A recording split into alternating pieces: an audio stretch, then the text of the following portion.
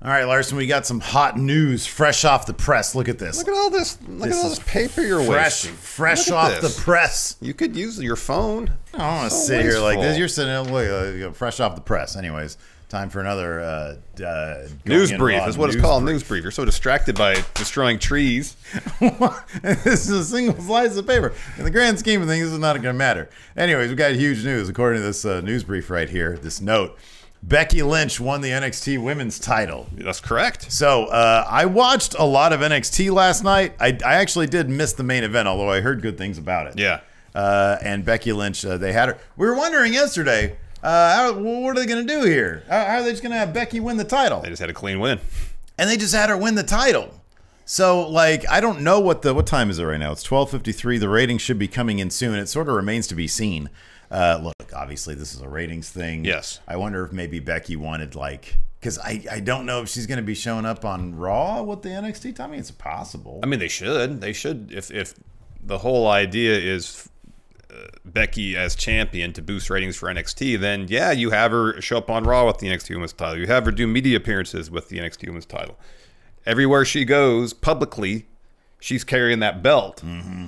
To advertise NXT and get more eyeballs on it. That I would think that'd be the point if they have her win the title and just for a one-time pop, yeah, without follow-up in terms of having her promote the brand and herself as champion of that brand by taking the title in her media appearances, then what's the point in the first place? Well, I mean, maybe she just wanted to take it easy and just chill in Orlando for a while. But she don't live in Orlando. No, her and Seth live in Iowa. Yeah, so I don't know, maybe not. I mean, just her being on the brand in general. But I see your point. You have a very good point. I was just saying, hey, Becky wants to take a break. I was like, oh yeah, maybe that's possible. Maybe that was sort of came across. I was like, maybe she just wants to take a break. They put the title on her, and then they figure it out later. I don't know. Like it's gonna be interesting to see. Like because that's been WWE's philosophy as of late is let's boost the ratings by having main roster people there on NXT, and it seems to work. I'm really curious to see what the viewership's going to be like. The fact that Dom has been a proven ratings draw for NXT. Well, yeah. Since he's won the North American title. And then you see that. All right, that's a good first step. Let's bring in a legit main eventer. Yeah, right. Yeah. In Becky to win that women's championship. I'm sure Tiffany Stratton's going to win it back at some point. You think so? You think that's going to be the case? You're just going to have the main roster. Is there anybody else there? Given that you watch NXT every single week, you keep close tabs on it, you know some of the people there. You're the NXT insider here on the show. Who do you think is going to take that title offer if it's not Tiffany Stratton? You know, I would think someone like Roxanne Perez. Oh yeah. Oh, that'd be good. Maybe Thea Hale. She's under the tutelage now of JC Jane. Oh, you do know that. I was just joking about that stuff. I had no idea that was the case. You try to trick me. Try and make me look like a fool. Who's the fool now? How did you know? Did you actually watch NXT last night? I know things, man. Oh, wow. Look at that. So, yeah, that's kind of cool. I'm more interested in what's going to happen with Von Wagner. He's getting the skull surgery. Apparently. Yeah, the minor skull fracture. But I'm curious what the angle they're going to take going forward with Dijak hitting a tree. All right, so I was busy editing this episode of News Brief, and the numbers came in. Last night's episode of NXT drew 850,000 viewers, which is significantly up and kind of in the AEW Dynamite range. That did 887,000 last week. For those of you who care about ratings, it seems like Becky Lynch is a draw. The experiment with bringing main roster stars over to NXT is a success. Now they're entering into they're deep into their TV negotiations phase. So, yeah, interesting little tidbit about the drawing power of Becky Lynch. So back to the guys. Me. Let's talk about another main eventer. This guy seemingly is taking a break. Yeah. Roman Reigns. So today the WWE confirmed that the 2024 Royal Rumble will be taking place in Tampa, Florida. That's where all wrestlers exist. Well, between Tampa and Orlando. Yeah. And with that announcement, the company released its very first poster for the event. Now, while it featured most of the company's top stars, and I'll be sure to put it here on the thing, you can see Seth Rollins, Bobby Lashley, Finn Balor, Rhea Ripley, Becky Lynch, Cody Rhodes, and so on and so forth. There was somebody missing, Larson, and it's the head of the table. Not this table, the proverbial table of greatness on the island of relevancy. Roman Reigns. Yeah, he wasn't on the poster. Now, is it possible at all, and I'm saying this with tongue firmly in cheek, that Roman could not have a match at the Royal Rumble. It's like the second, third biggest pay-per-view. Yeah, that's in the top 3 for sure. I mean, is it possible? Yeah. Is it likely? No. He's gonna have. Of course, he's gonna have a match there. I would say it's impossible. I think he's totally gonna have a match there. I think that they're just showing people, although Seth is the world heavyweight champion. Yeah. They're just showing. Yeah, I don't know why Roman. If Seth is on here, why wouldn't Roman be on here? They're thinking that it's possible that Seth could lose the title between now and the Royal Rumble and be in the Royal Rumble. Maybe. Yeah. Maybe the idea is like, well, Rhea's champion though. Oh, she ain't gonna lose that title. Yeah, she's on the poster. Yeah, Charlotte's on it. You know what, man? Maybe they're starting. It's just like the storyline on SmackDown. These factions are coming together, and they're like, at some point, the bloodline's gonna crumble. We see it happening. I don't know. Maybe he's gonna get his own poster.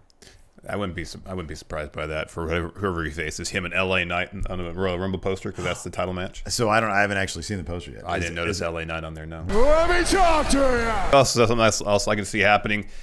Edge going to AEW. Edgy Adam in AEW. So PW Insider reported today that, quote, WWE Hall of Famer Adam Edge Copeland has been removed from WWE's internal roster, though they note that he's still on .com's roster page. They continue, though. PWInsider.com has learned there is a belief in certain circles that he may be bound, maybe AEW bound. Ooh. Adam Edge, Edgy Adam. Bound to AEW bound. On his way. Edgy Adam. Edgy Adam. That's Adam Copeland. He has a history in Stampede Wrestling or some shit like that. Yeah, I know. Excalibur's going to give us, they mention WWE all the time on AEW. Oh, they'll mention like the small little indie promotion he wrestled for in Toronto or something like that. It's Sexton Hardcastle. Grainy footage of Sexton Hardcastle. Yeah, wouldn't it be interesting after like 30 years almost in WWE, 25 years, Edge shows up in AEW as Sexton Hardcastle? Wouldn't that be hilarious? That would actually be kind of awesome.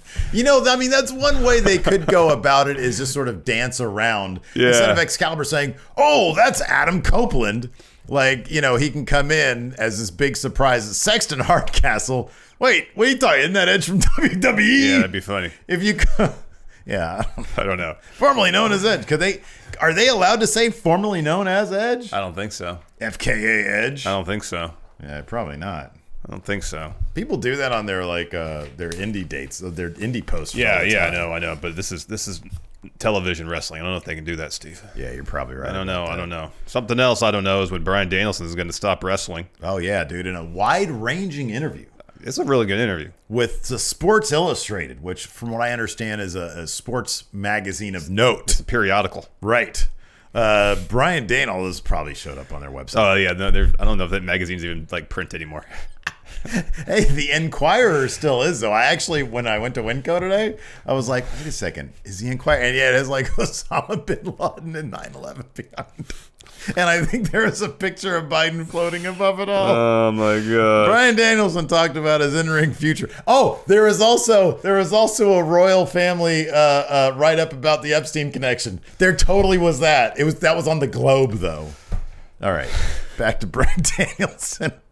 Not Lawrence Epstein. Let's move on, okay? Okay, just making sure. Just move on. Oh, God. So he was asked about his in-ring future and if he's going to hang up his boots for goodsies. And he says this: I don't think I'll ever reach a point where I declare I'm absolutely done. Well, I think kind of talking like Frank Costanza.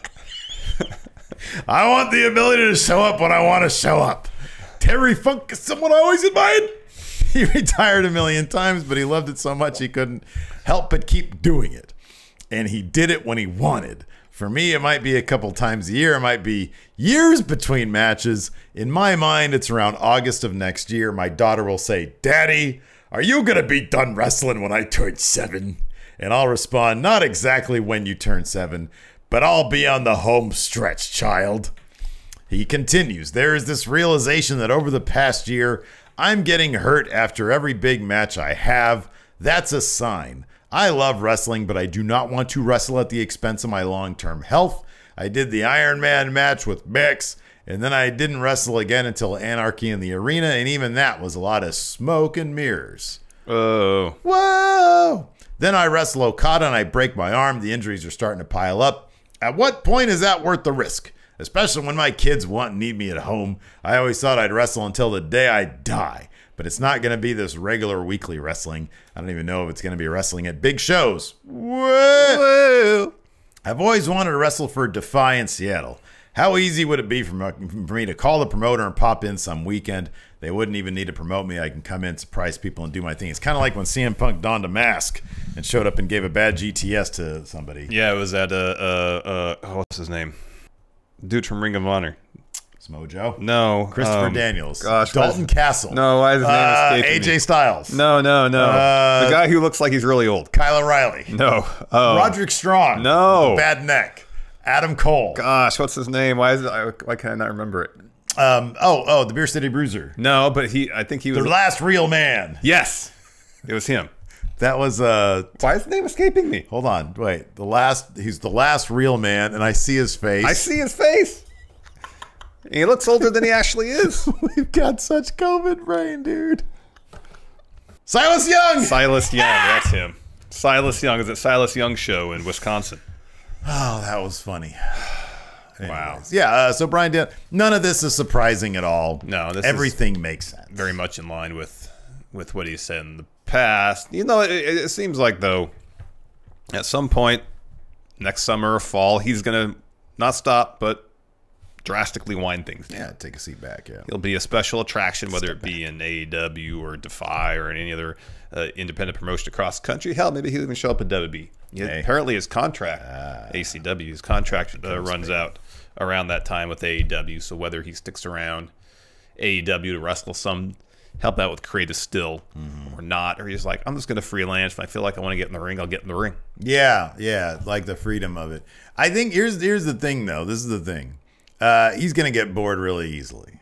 And so I kind of feel like he's sitting around. He ain't going to be sitting around doing that. Now, I don't know if he's going to be traveling like with AEW, but I hope that he gets the bug for creative, and maybe he, most weeks gets up, writes a bunch of wrestling, sends it over to Tony Khan, and then maybe, I don't know, once a month he goes and hangs out and does stuff. You got to keep busy. You can't just do nothing. He's got all the money in the world, but you got to keep the mind. You got to keep the mind busy. Otherwise, you're going to forget things like Silas Young's name. How can we forget Silas Young's name? It's a great name because it's like an old person's name. It is. Silas. Good shout out for Defy in Seattle too. Yeah, I like how they film their stuff. Yeah, it looks great. The venue is awesome. The interview as a whole is really good. He talks about CM Punk leaving AEW. There's a bunch of other stuff in there. Holy shit! This could have been a Punk Daily. I mean, it's Danielson it's a very diplomatic answer. Oh, is it? Yeah. Things don't work out sometimes. Effectively. You throw monitors at your boss, then corner him in a none of that was mentioned. Private office. Did he drop scoops? No. No scoops? Really? No, he had a very.